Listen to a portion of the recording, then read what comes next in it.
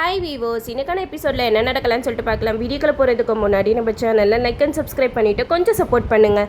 வாங்க இப்போ வீடியோக்குள்ளே போகலாம். ரேவதி கையில் நெருப்பு பட்டதுக்கு காரணம் இந்த சந்திரா தான் அப்படிங்கிறத கார்த்தி தெரிஞ்சுக்கிறாரு. மயில்கிட்ட சொல்கிறாங்க, இந்த வேலையை பண்ணது வேறு யாரும் இல்லை, சின்னத்தை தான். முருகன் எனக்கு ஃபோன் பண்ணி நான் இந்த மாதிரி சிவனாண்டியோட கஸ்டடியில் மாட்டிக்கிட்டு இருக்கேன் அப்படின்னு சொன்னார். நான் அவரை போய் காப்பாற்றிடுவோன்ற பயத்தில் இந்த மாதிரிலாம் சின்னத்தை பண்ணி இந்த மண்டபத்துக்கு மறுபடியும் என்னை வர வச்சிருக்கு அப்படிங்கிற மாதிரி சொல்ல, இதை கேட்ட மயில் வாகனம் சொல்கிறாங்க, அப்புறம் என்னப்பா பண்ணுறது, அந்த முருகனை கண்டுபிடிச்சா தானே ரேவதியோட கல்யாணத்தை நிப்பாட்ட முடியும் அப்படிங்கிற மாதிரி மயில் சொல்லிக்கிட்டு இருக்காங்க. இதெல்லாம் கேட்டுட்டு நம்ம கார்த்தி சொல்கிறாங்க, நீங்கள் எதுக்கு கவலைப்படாதீங்க, பார்த்துக்கலாம், நாளை காலையில் எப்படியோ அந்த மருது ரேவதி கழுத்தில் தாலி கட்ட மாட்டான், அதை நான் உறுதியாக சொல்கிறேன் அப்படிங்கிற மாதிரி கார்த்தி சொல்கிறாங்க. இதெல்லாம் கேட்டுட்டு அந்த மருதுக்கு செம்ம கடுப்பாகுது. டே கார்த்தி, என் கல்யாணத்தை நிப்பாட்டுறதுல நீ மும்மரமாக இருக்கியா? நான் விட்டுருவேனா? நான் இருக்கிற வரைக்கும் நீ கண்டிப்பாக இந்த கல்யாணத்தில் எந்த ஒரு தடங்களுமே பண்ண முடியாதுடா. ஃபஸ்ட்டு நீ இந்த மண்டபத்தில் இருந்தால் தானே இந்த மண்டபத்திலேருந்து உன்னை எப்படி ஓட வைக்கிறதுன்னு எனக்கு தெரியும் அப்படின்னு சொல்லிட்டு மருது அவங்க ஃப்ரெண்டுங்களெல்லாம் கூப்பிட்டு ஒரு ஏற்பாடு பண்ணுறாங்க. இங்கே பாருங்கடா, நான் ஒருத்தனை காட்டுறேன், அவன் பேர் கார்த்தி, அவன்கிட்ட நீங்கள் சீன்ற மாதிரி சீண்டுங்க, அவன் உங்களை திருப்பி அடிப்பான், அந்த அடியையும் நீங்கள் வாங்கிக்கோங்க. கடைசியில் என் ஃப்ரெண்டுங்களெல்லாம் போட்டு இந்த கார்த்தி தேவையில்லாமல் அடிச்சிட்டான் அப்படின்னு சொல்லிட்டு அவன் மேலே பொய் புகார் கொடுத்து இந்த கல்யாணம் நடக்கிற வரைக்கும் அவனை போலீஸ் ஸ்டேஷனில் உட்கார வச்சிடலாம். அவன் கண்டிப்பாக இந்த மண்டபத்தில் இருந்தால் எனக்கும் ரேவதிக்கும் கல்யாணம் நடக்கவே நடக்காது. அவன் ஏதாவது சூழ்ச்சி பண்ணி கண்டிப்பாக நீ எதுலையாவது மாட்டி விட்டுக்கிட்டே தான் இருப்பான் அப்படிங்கிற மாதிரி மருது அவங்க ஃப்ரெண்ட்ஸ் கிட்டலாம் சொல்கிறாங்க. அதெல்லாம் கேட்டுட்டு அவங்க ஃப்ரெண்ட்ஸும் கார்த்தி முன்னாடி வம்பு பண்ணுறாங்க.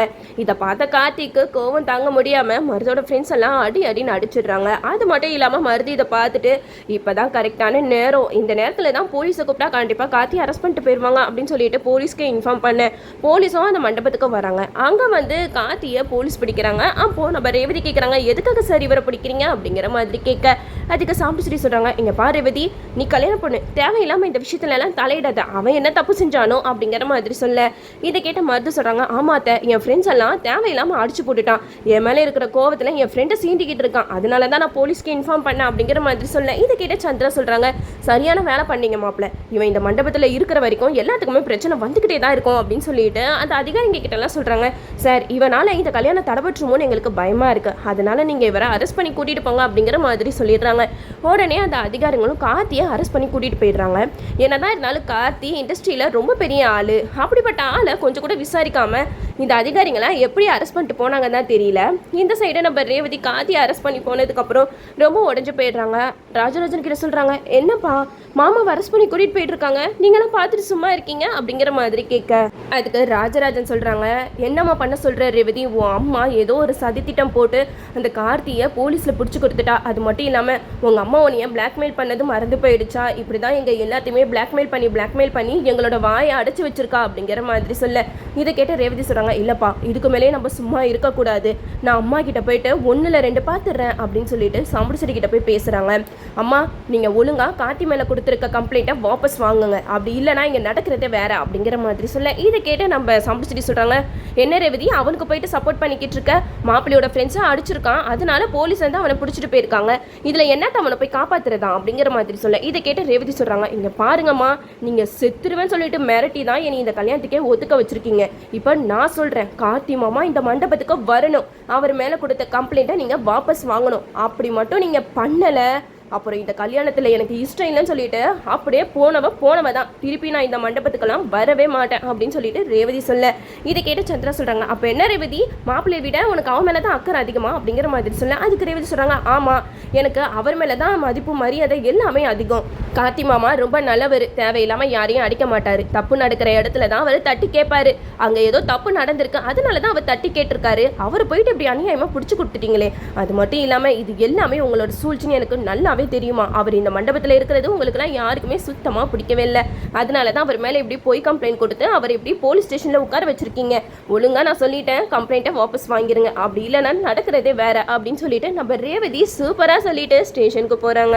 அங்கே போயிட்டு கார்த்தியை பார்க்குறாங்க, கார்த்தி மாமா அப்படின்னு சொல்லிட்டு கூப்பிட்டு, அப்போ கார்த்தி வந்து ரேவதி கிட்ட கேட்குறாங்க, எதுக்காக ரேவதி இந்த டைமில் போயிட்டு ஸ்டேஷனுக்குலாம் வர அப்படிங்கிற மாதிரி கேட்க, அதுக்கு ரேவதி சொல்கிறாங்க, உங்களுக்கு ஏதாவது ஒரு பிரச்சனைனா நான் சும்மா விட்டுருவேனா, இந்த கம்ப்ளைண்ட்டை வாபஸ் வாங்க தான் நான் வந்திருக்கேன் அப்படிங்கிற மாதிரி சொல்ல, இது கேட்ட கார்த்தி சொல்கிறாங்க, பரவாயில்ல விடு, நீ வீட்டுக்கு போய் எதுக்காக இந்த டைமில் போயிட்டு இவ்வளோ கஷ்டப்பட்டு இருக்க அப்படிங்கிற மாதிரி சொல்ல உடனே ரேவதி சொல்கிறாங்க, அதெல்லாம் இல்லை, எனக்கு கல்யாணம் நடக்கும்போது நீங்கள் கூட இருக்கணும் அப்படிங்கிற மாதிரி ரேவதி சொல்லி அங்கே போலீஸ் கிட்ட கம்ப்ளைண்ட்டை வாபஸ் வாங்கி நம்ம கார்த்தியை மறுபடியும் மண்டபத்துக்கே கூட்டிகிட்டு போகிறாங்க. இந்த சைடு நம்ம சந்திரா வந்து சிவனாண்டிக்கு ஃபோன் பண்ணுறாங்க. இங்கே பாருங்கள், நம்ம இதுதான் சரியான நேரம், அந்த முருகனை போட்டு தள்ளிட்டு அந்த பழியை கார்த்தி மேலே போட்டுறணும், சீக்கிரம் வாங்க, நீங்கள் இங்கே வந்தால் தான் என்னால் அவன் எந்த டிக்கியில் இருக்கான்னு தேட முடியும் அப்படிங்கிற மாதிரி சொல்ல இது கேட்ட சிவனாண்டி முத்துவேல் 2 பேருமே ஓடி வராங்க. அப்போது நம்ம சந்திரா வந்து அறக்க பறக்க மண்டபத்துலேருந்து வெளியில் வரும்போது சாமுண்டீஸ்வரி பார்த்துடுறாங்க.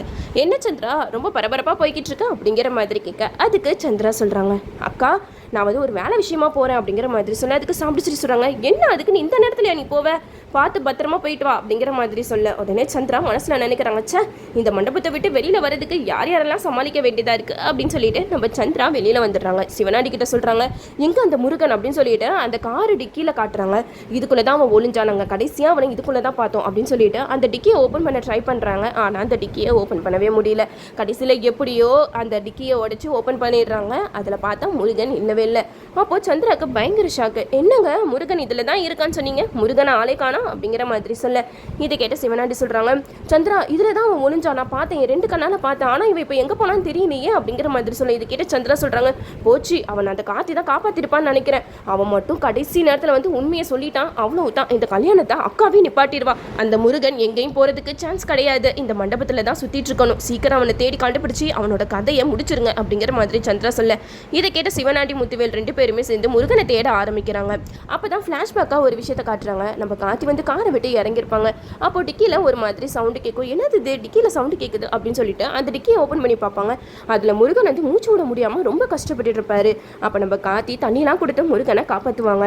நீ எப்படிடா இங்கே வந்து அப்படிங்கிற மாதிரி கேட்க அப்போ நம்ம முருகன் வந்து நடந்த விஷயம் எல்லாத்தையுமே சொல்லுவார். இந்த மாதிரி சிவனாண்டி என்னை கொலை பண்ணிட்டு அந்த கொலைப்பள்ளியை உங்கள் மேலே போடுறதா தான் இருந்தார், எப்படியாவது அவன் கிட்ட இருந்து தப்பிச்சு வரலான்னு பார்க்கும்போது தான் நீங்கள் அங்கே நின்றுட்டு இருந்தீங்க, எனக்கு ஒளிறதுக்கு வேறு வழி இல்லை, அதனால தான் இந்த காரு டிக்கிக்குள்ள ஒளிஞ்சுக்கிட்டேன், கண்டிப்பாக அந்த மருது ரேவதி கழுத்தில் தாலி கட்டவே கூடாது, அவன் சரியான அயோக்கியம் சார், எப்படியாவது இந்த கல்யாணத்தை தடுத்து நிப்பாட்டணும் அப்படிங்கிற மாதிரி சொல்ல இதை கேட்ட கார்த்தி சொல்கிறாங்க, நான் உன்னை தான் தேடிட்டு இருந்தேன், ஏன்னா எனக்குன்னு இருக்கிற ஒரே ஆதாரம் நீ தான், ஒன்றை வச்சு தான் அந்த மருத்துவ நாங்களாம் பிடிக்க முடியும் அப்படிங்கிற மாதிரி கார்த்தி சொல்ல இதை கேட்ட முருகன் சொல்கிறாங்க, சார் கண்டிப்பாக நான் வந்து அவங்க கண்ணில் பட்டா என்னைய கொலை பண்ணிடுவாங்க, அந்த கொலைப்பள்ளியை உங்கள் மேலே தான் போட்டுருவாங்க, அதனால நீங்கள் தான் சரி என்னை காப்பாற்றணும் அப்படிங்கிற மாதிரி முருகன் கார்த்தி கிட்ட சொல்லியிருப்பாங்க. கார்த்தி இதை கேட்டுட்டு முருகனை சேஃபான ஒரு இடத்துல வச்சுருப்பாங்க.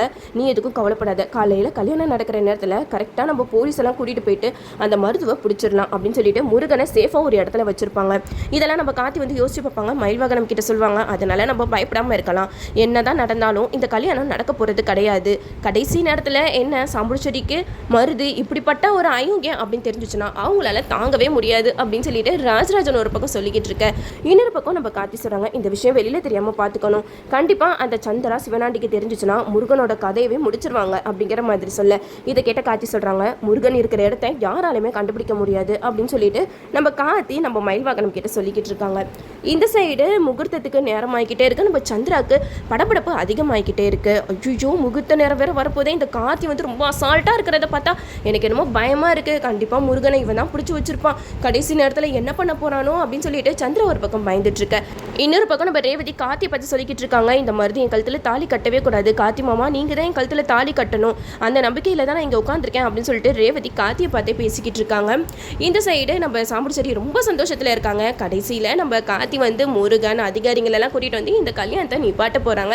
நம்ம சாம்புடிச்செடிக்கு இந்த மருது ஒரு அயோக்கியம் அப்படின்னு தெரிஞ்சிச்சுன்னா கண்டிப்பாக அவங்களுக்கு செம்ம மொக்கையாக தான் இருக்கும். மருதை பற்றி ரொம்ப புகழ்ந்து பேசிக்கிட்டு இருந்தாங்களே, இப்போ கடைசியில் கார்த்தி அதுக்கு செம்ம பெரிய ஆப்பா வைக்க போகிறாரு. நம்மளும் வெயிட் பண்ணி பார்ப்போம். ஓகே வியூவர்ஸ், என்னோட ரிவ்யூ பிடிச்சிருந்தா லைக் பண்ணுங்கள்.